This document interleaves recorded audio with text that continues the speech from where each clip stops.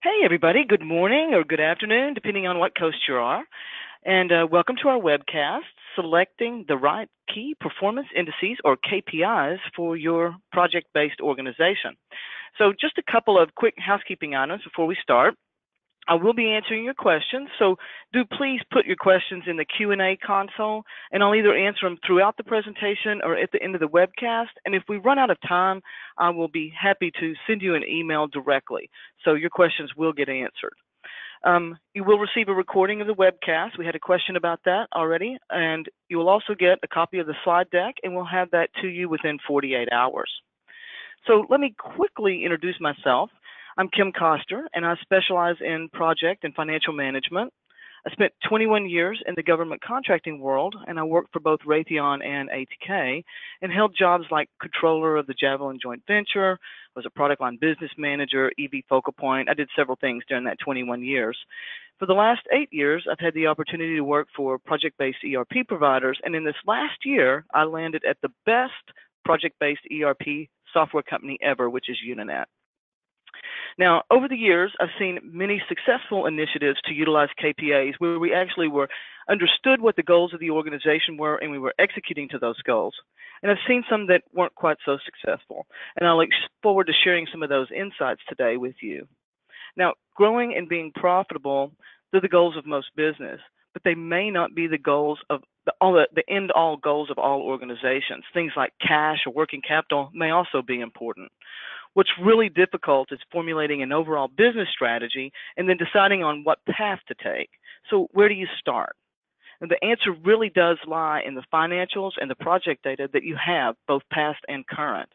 And those best-in-class companies know that using that financial and that project information and then the resultant key performance indices, or KPIs, are the key to really unlocking those business strategies.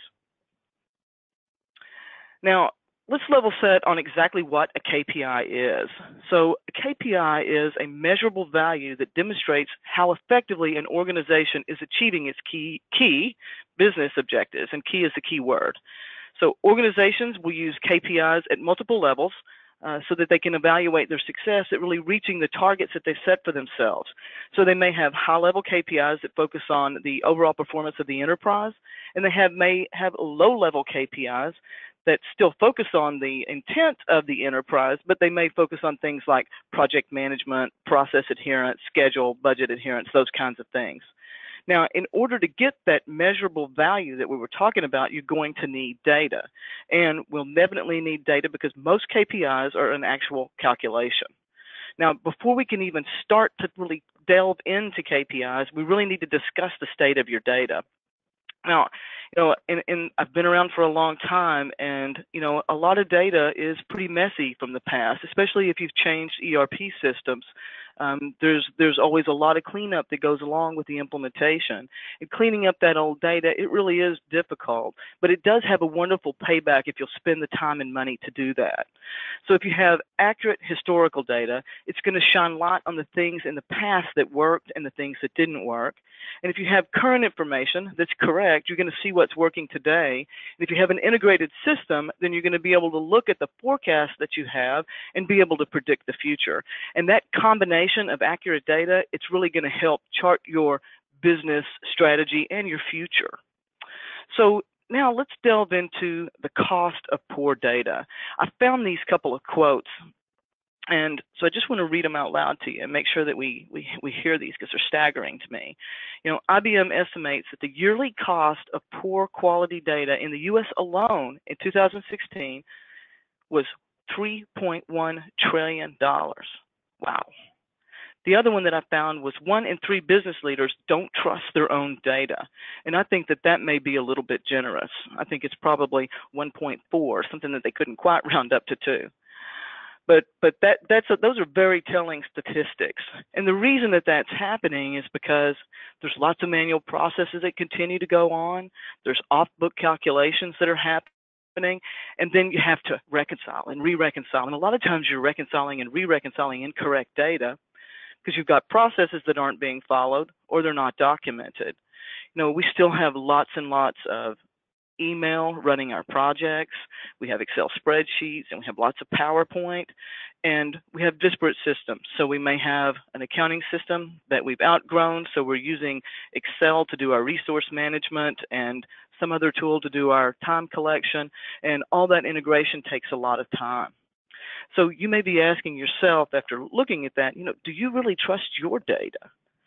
And that's something that, needs a really honest assessment, because it is so critical to have that data be correct. Now, I've visited many companies over the years, and a lot of these companies have what I call data churn. And this data churn really has become just a fact of life. It's part of the fabric and the culture of the organization. So let me give you this quick example and see if you can relate to it. So Jim, he's over on Project XYZ. He has his own spreadsheet that he uses for his project manager, and he loves it. The project manager loves it. Jim's having to hand Jim all the information in from the spreadsheet, from the time collection system, things from the ERP, information he needs from the ERP, and then things he needs from a disparate EAC tool. Sue, she's over on Project 123. She also has a spreadsheet, and the project manager loves it too. And she's using it for resource management, and she's calculating her project-specific KPIs and metrics. Now, Project XYZ, it's using a totally different set of metrics than Project 123.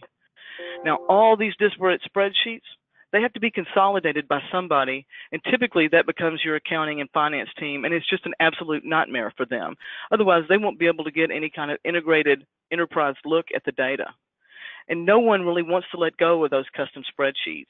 And how many times have you heard, my project is so unique that I can't use a standard set of processes and tools? And every time as a leader in your organization, every time you hear that, you should be hearing a loud ching in the back of your mind, because that's the sound of unnecessary expenditures adding up and watching your G&A rate go up or maybe even skyrocket. So as a project manager or finance professional, those consequences of that poor data quality are lack of confidence in your project data.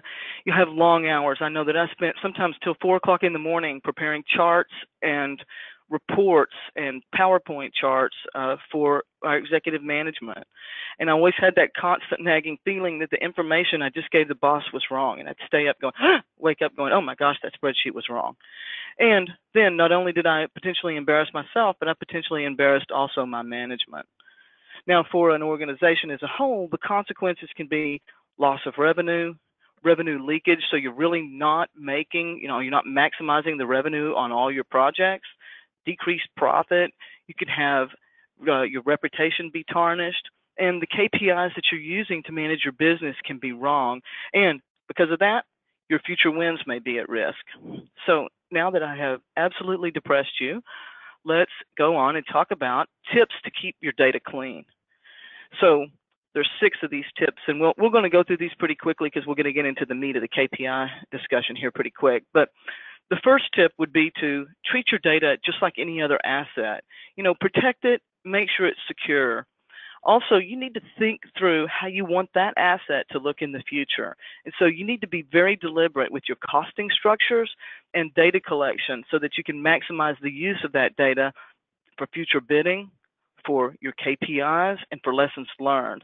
And I could do an entire webcast on how to create a project architecture. It's one of the most important things as you're setting up your project, because it's just a critical part of project initiation. But setting up that project architecture so that you get the information that you need from the system. The second tip is to use an integrated system. And when I'm talking about system, I'm not talking about software. I'm talking about the combination of people who are trained, that are following their processes and have adequate training to use the tools that they have. And if those 3 forces are aligned, you're just going to be wildly successful. You also need to establish process and procedures. You need to make sure that those stakeholders have bought into that process and that those processes are current and relevant and that they're being followed and that you're able to measure whether or not they're being followed. So, number 4, train your team members on tools and process and make sure that they understand why it's important for them to follow the process. We also want to make sure that the people that are utilizing the tools where that data resides have tool training.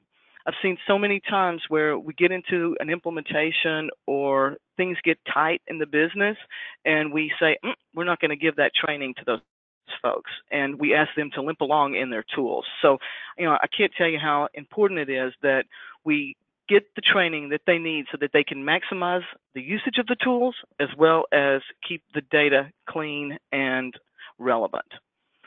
The other thing we need to do is instill discipline to enforce that process adherence, and that is huge. You need to have a culture where, adherence is rewarded, not something that says, okay, hey, we just put the wrong general ledger account on this charge, and that's really okay. The accounting people will fix it. We really need to have a culture that says it's very important to follow the processes and make sure that you're doing it right the first time. We also need to have role-appropriate historical and current data that's accessible to all the decision makers. So keeping that data clean, it's got many advantages. It's going to give you good decision making with quantitative information. And I've heard it said over and over again that we know what to bid on if our performance is good. We can feel it. We just know by instinct. And that's really not a good way to manage a growing business. Managing by instinct just doesn't cut it, especially if you really want to grow your business and become more profitable, and again, grow your business up to the size that you want it to be. It also will give you a competitive advantage. So you'll have good data, lessons learned, and you'll be able to utilize that information continually for past performance, especially if that information, like we talked about a second ago, is very well thought out. And we also are going to get that clear line of sight to where we want to be.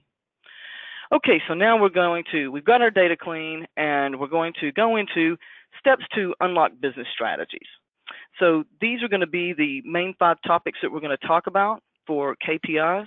The first one we're going to spend the majority of the webcast on, which is defining the KPIs that are going to drive your strategy. And then the second one is going to be using internal and external benchmarks. And then we're going to look for trends within the data.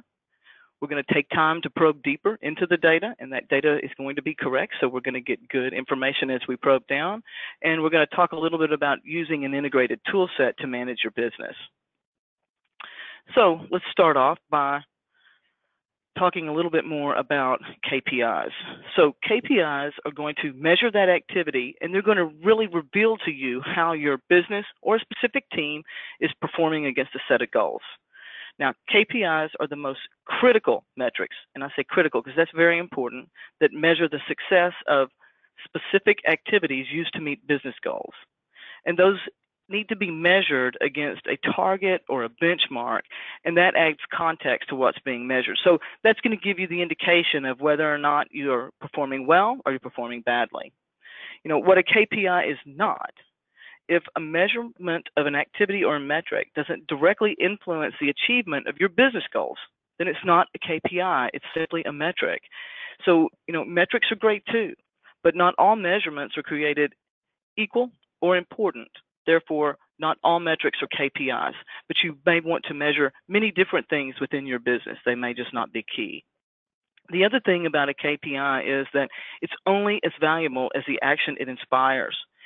Very often organizations will go in and they'll just pick a set of metrics that everybody else is looking at in the industry, and then they wonder why that doesn't reflect their business strategy or make any improvements to their business or any positive change at all. So you have to make sure that those KPIs are relevant to your business. And one example to that might be that everybody in the industry is measuring cash, but you've got $20 million sitting in the bank. That may not be what you need to be measuring in order to increase your business success. Another important aspect of KPI is that they are a form of communication. So you're communicating those out to the organization, and they really need to have the same rules and best practices as other forms of communication. So they need to be succinct, clear, relevant, and current information, and that's going to make people want to absorb that information and act on it. So let's talk about, are your KPIs smart? And so this is a great set of criteria that you can use to figure out whether or not you've got the right KPIs. So SMART stands for specific, measurable, attainable, realistic, and time frame. And you can go out on Wikipedia, and there's some other words that you can use for that if they are better for you that spell out SMART also. But these are the ones that I picked for today. So the first in the S for SMART is the objective specific? You need to make sure that you're targeting a very specific area for improvement. Next, can you measure progress towards that goal? What's your indicator of progress? Is it CAGR? Which is compounded annual growth rate? Is it revenue? And do you have a target for which you're measuring against? Is it attainable? Who's responsible for it? And make sure that whoever's responsible for it can actually affect the results. And one of my favorite examples, and one thing that happened to me in the past, was you can't make the accountant responsible for a scheduled performance indice on a project. The accountant can report it, but the accountant can't affect it. The R in SMART stands for realistic. Do you have enough resources in order to make this goal achievable? And then T for the end of SMART is for time frame. When can you realistically achieve these results? So these are just some quick criteria that you can think about as you're picking up your KPIs. Now, defining KPIs can be very difficult because there's so many that you can pick from. But the operative word in KPI is key, because again, every KPI should be related to a specific business outcome, and it should be actionable. We don't want to confuse KPIs with business metrics, which we talked about just a minute ago. Although they can be used in the same spirit, and we still may want to measure it, but KPIs really have to be defined according to a critical business objective. So you may want to ask yourself a couple of these questions. What's the desired outcome? Does it matter to our organization? Can we measure it? Who can influence it? Who's responsible? And how will we know if we've achieved it? And how often are we going to look at progress? So that review is very important. So I'm going to talk about that for just a minute.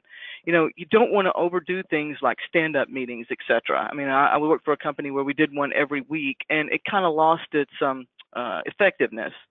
But there's creative ways to get that information out to the team. There's bulletin boards, dashboards, or I'm going to give you an example about, we use the company sign out front. So I worked for a company, and safety was actually first, and it was first and foremost. The sign outside said how many continuous days had we had without a lost time accident. So when you drove up to our plant, you knew that we were working on safety, the customers knew it, and we knew it. And we were very proud of that sign. It was something that was very important to us. So every month that there was not a lost time accident, everyone in the plant was paid a bonus in $2 bills. And that was great for employees. We got a small bonus. It increased as the days mounted up. But it was also great for the community, because when we spent them, they knew that we were keeping our employees and our town safe. And that was very important, because that happened to be an explosive plant. So it was a very important KPI, and it was something that a culture that we were creating and expanding then out into our community. Now, the SMART criteria can also be expanded to be smarter, as long as we're continuing to evaluate and reevaluate our KPIs and the relevance to the business. For example, let's just say that this year you exceeded your growth rate, your growth target. Now, you need to go back and look at that and say, gosh, did I set that growth target too low? Could I have done better? Or did something extraordinary happen? Like, say there was a major data breach in the government, and we're an IT firm, and all of a sudden we got a huge contract that came in that we weren't expecting. Or did we just excel? Did we just really execute very well? So we need to continually redefine what those goals are, looking for improvement and ways to move those forward. Now, I'm going to talk about just a couple of more tips. These are kind of cats and dogs here for picking the right KPIs, but we want to make sure that there's a very clear purpose, what matters most to us. The other thing is we want to state those KPIs in a common business language. And the example I like to use is the TCPI, or the Two Complete Performance Index. what does that really mean to, the guy working out, the engineer working out on a project? Not a whole lot. But if I tell him, hey, how much does it cost you to do the work you have left to go on the project? That's something that they can understand. The other thing is we want to make sure that we're really looking at a holistic approach to the KPIs. So we need to think through what those unintended consequences might be. Let's say that we decide that everybody in the organization is going to have to meet their schedule, but that's all we concentrate on. Well, we didn't tell anybody that they had to limit the cost that they were spending, so they may spend tons of money meeting the schedule. So, the cost overruns then would be the unintended consequence of not thinking through that. We want to drive that desired behavior with those KPIs. And, that was a great example of the explosives plant that I just gave you. We were rewarded and encouraged to make sure that we didn't have a lost time accident. And then define what the tolerances are. Find a target, and then be able to show those with things like red, yellow, green, blue. So red and yellow means you've got a problem. Green and blue means it's all great. And you can do that through a mechanism like, say, a dashboard. And those are very popular right now. And having a dashboard from an integrated system that's going to give you real-time KPIs and real-time information will definitely be a differentiator for you. And so the last thing I want to talk about tips for picking the right KPIs is the IPA rule. And that is not the beer rule. That is the IPA rule, which is important, potential for improvement, and authority. So think about those. Is it important to the business? Is it going to give you a potential to improve whatever your business strategy is? And do you have authority over it to effect change to that KPI? So I've given you quite a bit to think about as far as picking KPIs. And so now let's look at some KPIs that might help you, some common ones that are used both from a project perspective and then an enterprise and a portfolio perspective. And these are, like I said, these are common. They're listed here. You'll be able to find very quickly, the calculations either out on a website called kpilibrary.com, which is awesome. Or you can most likely find different kinds of metrics that are defined then if you just Google those metrics and get the calculations. But I want to talk about an example of how we would walk through some of the SMART and some of the criteria. So let's just say that our objective is to increase revenue this year. So we're going to name our KPI, revenue growth KPI.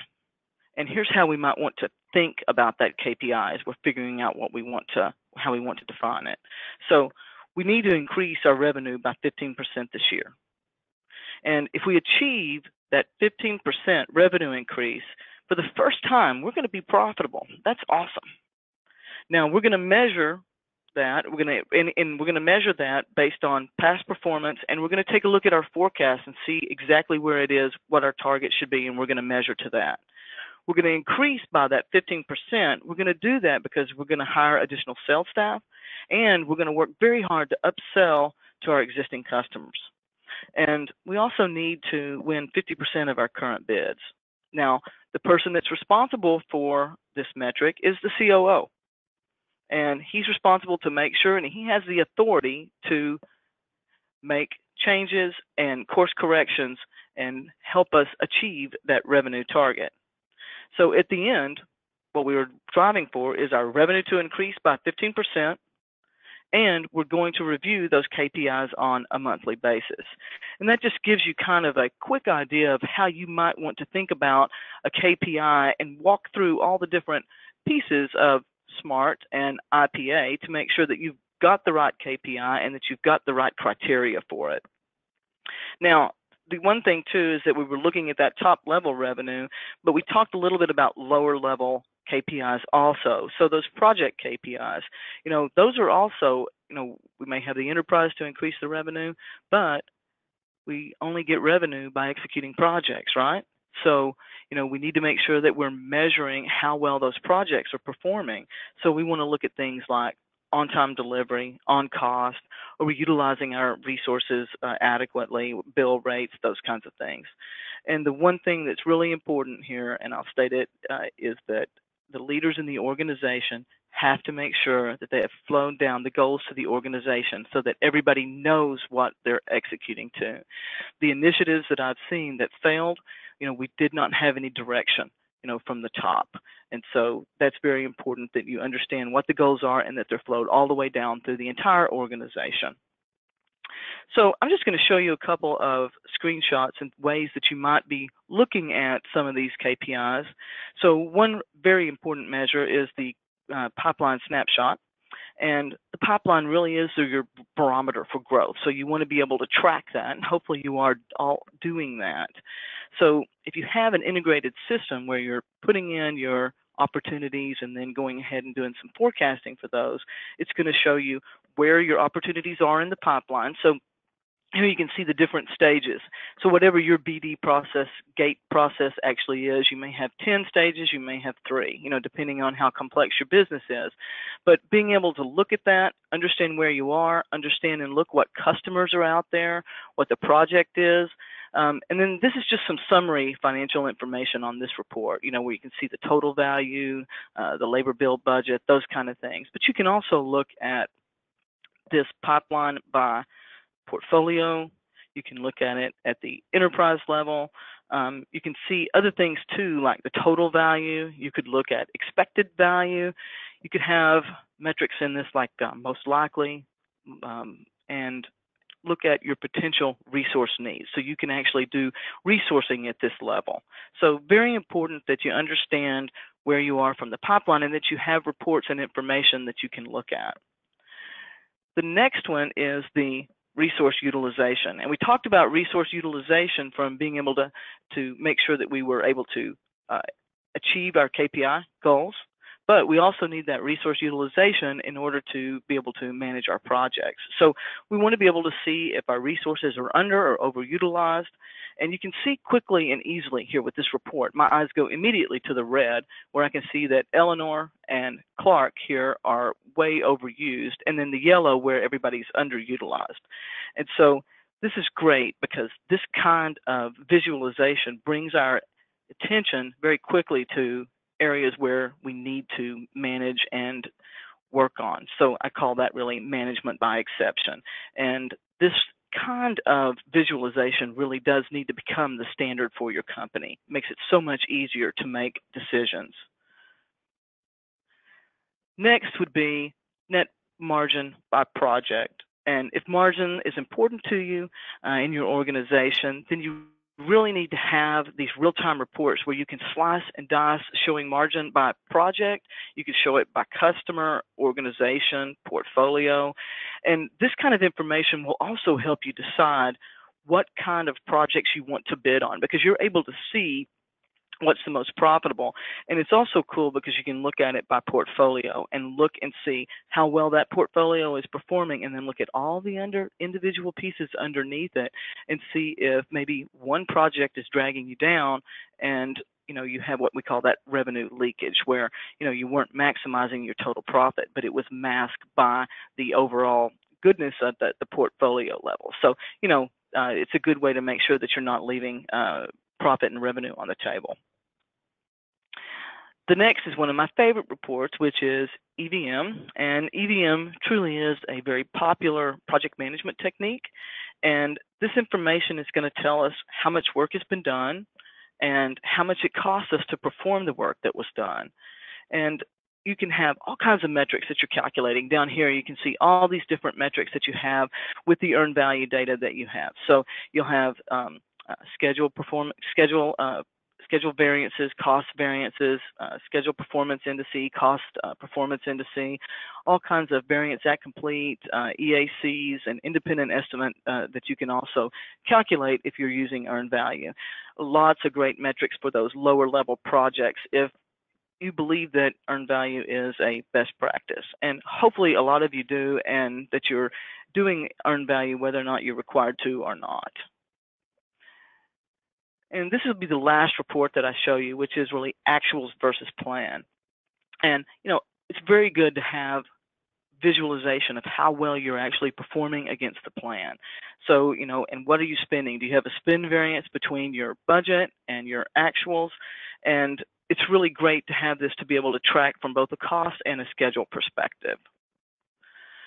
Okay, so we've covered really how we want to look and define KPIs, things that we might consider. Now let's move to the second tip for establishing KPIs, and that's to use internal and external benchmarks. So benchmarking really is just looking at others' performance, their expenditures, their policy strategies, and comparing them to your organization. And it's a great methodology to look both internally and externally to see what other people are doing to be successful. Now, that internal benchmarking across divisions, departments, portfolios, it can be very helpful, but it's really not that common of practice as you might think, because companies still are very siloed. We talked about Jim and Sue and their different projects, but if you get a larger organization, it can be even more disparate systems, varying processes and procedures, and really it makes the exchange of information difficult, and it's expensive. So you have to get your accounting team to go in there and massage that data. So a really great way to do this is through external benchmarking, and it can be powerful, and it can have no prep, no manipulation of the data, saving you that time and money. Somebody else has already done that for you.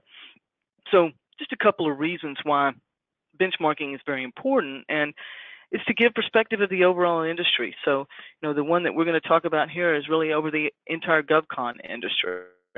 We'll show you an example of that next. It's going to give you an idea of what others are doing, and it's going to give you it's going to start those creative juices flowing, and you're going to think about ideas for improvement. And in the end, if you're doing that, it's going to make you more competitive, and you're going to win more business, and hopefully you'll be able to grow your organization. Now, the one that I'm the most familiar with right now is the gauge. And the gauge is a fact-based baseline that has been performed by Resnick and Unanet. And it really is your crystal ball. And this one is showing for 2018, because that's the one that we just did. We had the 2017 report that came out, and we're still using that 2018 report. And it's got great information in it. And it will help you understand what you need to do from a budgeting and planning perspective. And it's broken down into 5 categories, okay, which is compliance, accounting, utilization, growth, and efficiencies. Now, there's other kinds of benchmarking reports. And if you're a project management geek like I am, I love the PMI Pulse on the Profession. It's one of my favorites. So, there's other ones out there that you can definitely use. So let me give you an example I'm going to give you 2 examples. So this is the use. So this is the utilization. This is the kind of data that you'll get. So you'll be able to see whether or not your company size, so this is up to $25 million of revenue, 26 to 50, 51 to 100, etc. And in this, you're going to be able to see the revenue per FTE. So you can look at your size business, say you're $10 million, most people in that area are getting 188K of revenue per FTE. And you can see where you actually fall in that category. And then there's some great tips in this report. So there'll be tips of questions you might want to answer about, your utilization, your resource planning, etc. This is one of my favorite charts that we had in the report, and it really shows the number of FTEs by function. And a lot of these functions are included in your G&A. So if you're up to $25 million in revenue, most of those folks had like 2.5 accounting people. You can begin to project and understand where you're going to end up if you're going to be in the 26 to $50 million, you're probably going to have to hire 2 accounting staff members. So this kind of information is really great for you to be able to plan your growth and see. Let's just say that right now you're up to $25 million and you have 10 accounting people. You know that most likely, you're in trouble. You're not meeting, what the standards are for this group. So having a report like this, this report has also all the overhead, G&A rates, all of that by size of company, gives you a great indication of whether or not you will stay competitive and where maybe you should have your rates. So you can find this too, see a question in the console here. You can find this at unanet.com, and just click on it and you can get a copy of the report, and it's very nice, and it has a lot of great information in it for you. Okay. Oh, I forgot about this one. So this is the accounting, the A piece. And this is one of my favorite ones too, because I love this because, you don't really know how much everybody else is spending on things, right? So if you look at this one down here on the bottom, I can see that from a health insurance perspective, most people were spending 3.3% of revenue. Okay, now if I'm spending 8 or 10, I know that I'm out of whack. So again, a lot of great information that you can look at. Let's just say that you were spending 10 and we talked about having a target. Maybe your target is 3.3 then that you want to execute to. So this is a great way to use this information to help you establish what KPIs you need to be looking at, but also to establish what your targets might be. Okay, so the number 3 is to look for trends in the data. So really, data analysis is that process of inspecting, cleansing, and transforming and modeling data with the goal of discovering useful information and actionable information, okay, and suggesting conclusions and then supporting overall decision making. And it really requires that you look at patterns and relationships within the data. Now, for instance, we know when we're doing labor forecasting that we're much more likely to have vacation taken in June, July, and December for the holidays. So, we want to make sure that we account for those particular trends within the data and not use something that's happening, say, in June or July to try to predict what's going to happen in August and September. You can also have special occurrences. And I live in Wilmington, North Carolina, and, a couple of months ago, we got a snowstorm that just shut our city down. That never happens. I live on the coast. It never happens. For over a week, nobody could get out of their homes to go to work. So there was probably limited billable work that was going on for some of these professional services companies that are out there. So we wanted to make sure that we're accounting for those kinds of anomalies, because that's going to happen maybe every 20 years, and we don't want that kind of information to skew the data. The other thing, too, as we look for these trends, we want to be able to look quickly at this information, and I call these kinds of dashboards that come directly out of Unanet, by the way, they're eye candy. They're things I can quickly look at and see what's going on. I can quickly look at this and see that, of my billable charges, big data is the biggest one. And it's easy for me to look at and see, and I can look for trends like this, okay? And I know that the information in an integrated system like this is correct and it's real time. So I can feel comfortable as I look at those trends. Okay, so our fourth tip here is to take the time to probe deeper. So I have those billable charges here, but that's interesting. So I've got billable charges, and big data is the biggest, and space station is the second. But maybe I want to look a little bit more about what's going on inside big data. So I can see that Frank, who's the controller, is charging 56 hours, and that's the rate that he's charging for research and analysis. That's interesting. Now I go over here, and I can see that I still got Frank, and now he's charging 16 hours, and it's $2,600. Now, I can go in there and look, which one is the best one for me? Okay, it's probably the space station. I may be making the largest amount of margin. I've got a much higher billable rate for Frank. So, being able to really look and drill down into that information and trust that what you're drilling down into is good is key. And that's also important for when we were talking about things like the portfolio. Looking at the portfolio may be performing. It may be hitting the profit margins of 10%, but there may be individual projects underneath there that are not performing well. So we need to be able to look and probe deeper so that we understand maybe we need to stop one of those projects that we have out there and not bid on the next phase because we're having negative profit, and that 10% would have been 14 if we would stop that product line. So, there's things like that that we want to probe deeper that are important. The next one is and fifth and final one is to use an integrated system, and that really is people, processes, and tools. So understanding that we have people within our organization, and they really are the most important resource that we have. Those people then are the ones who create the processes and procedures that we execute to, and they are also the ones who adhere to them, okay? And then they run the tools. So they run the tools that are making our business operate, and they need the training for those. And a lot of times, we again, I said, we don't give the training and the tools. We have processes that we're not following, and we don't train our people. So if we really concentrate on people, process, and tools, and integrate those three, we will have success, again, beyond our wildest dreams.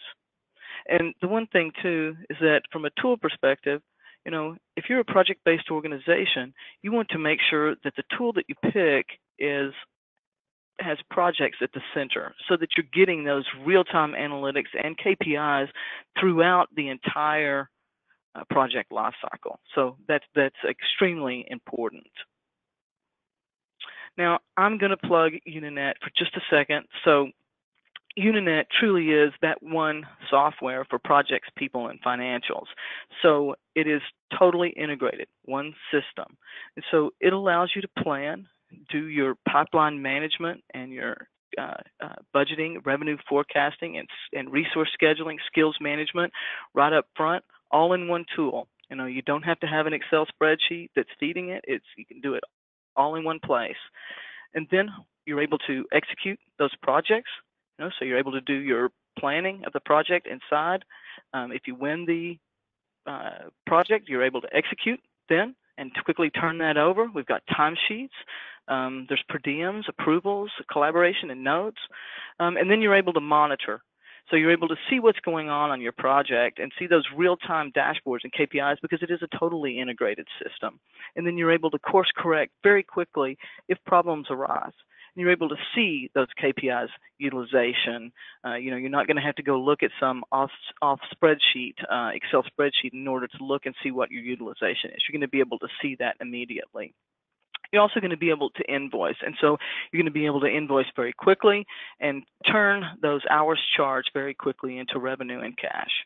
And then in Unanet, it also has a full accounting system. So all of your general ledger activity, accounts payable, accounts receivable, cost pools, indirect, all of this is in one system. And, it truly is revolutionary. You will not have all of that, again, those disparate systems and all the reconciliation and re-reconciliation. It's a really nifty tool. Now, we do have our Champions Conference. It's coming up. It's a great place to learn about Unanet and learn about other thought leadership kinds of activities. We'll be talking a lot about KPIs at Champions, and we would look forward to being able to talk to you about those also. And one other thing. So the Gauge report that we just showed you some of the pieces from that. It's awesome if you would be willing to fill out one of the surveys, and that you can see it's at www.unanet.com/survey. It's anonymous, and it's a great way to participate in the information that's going to be going out to be used for benchmarking and for being able to help select those KPIs. And it's really a great service to the overall GovCon industry. So with that, I hope that you got something out of that and learning exactly how you may pick your KPIs, and that you're smart and that you're IPAing, and that you're really looking well to figure out exactly what the right KPIs are to grow your business and to be profitable. So with that, Jess, I think we're done. Thanks so much, Kim. Thank you very much, everybody. Have a great day.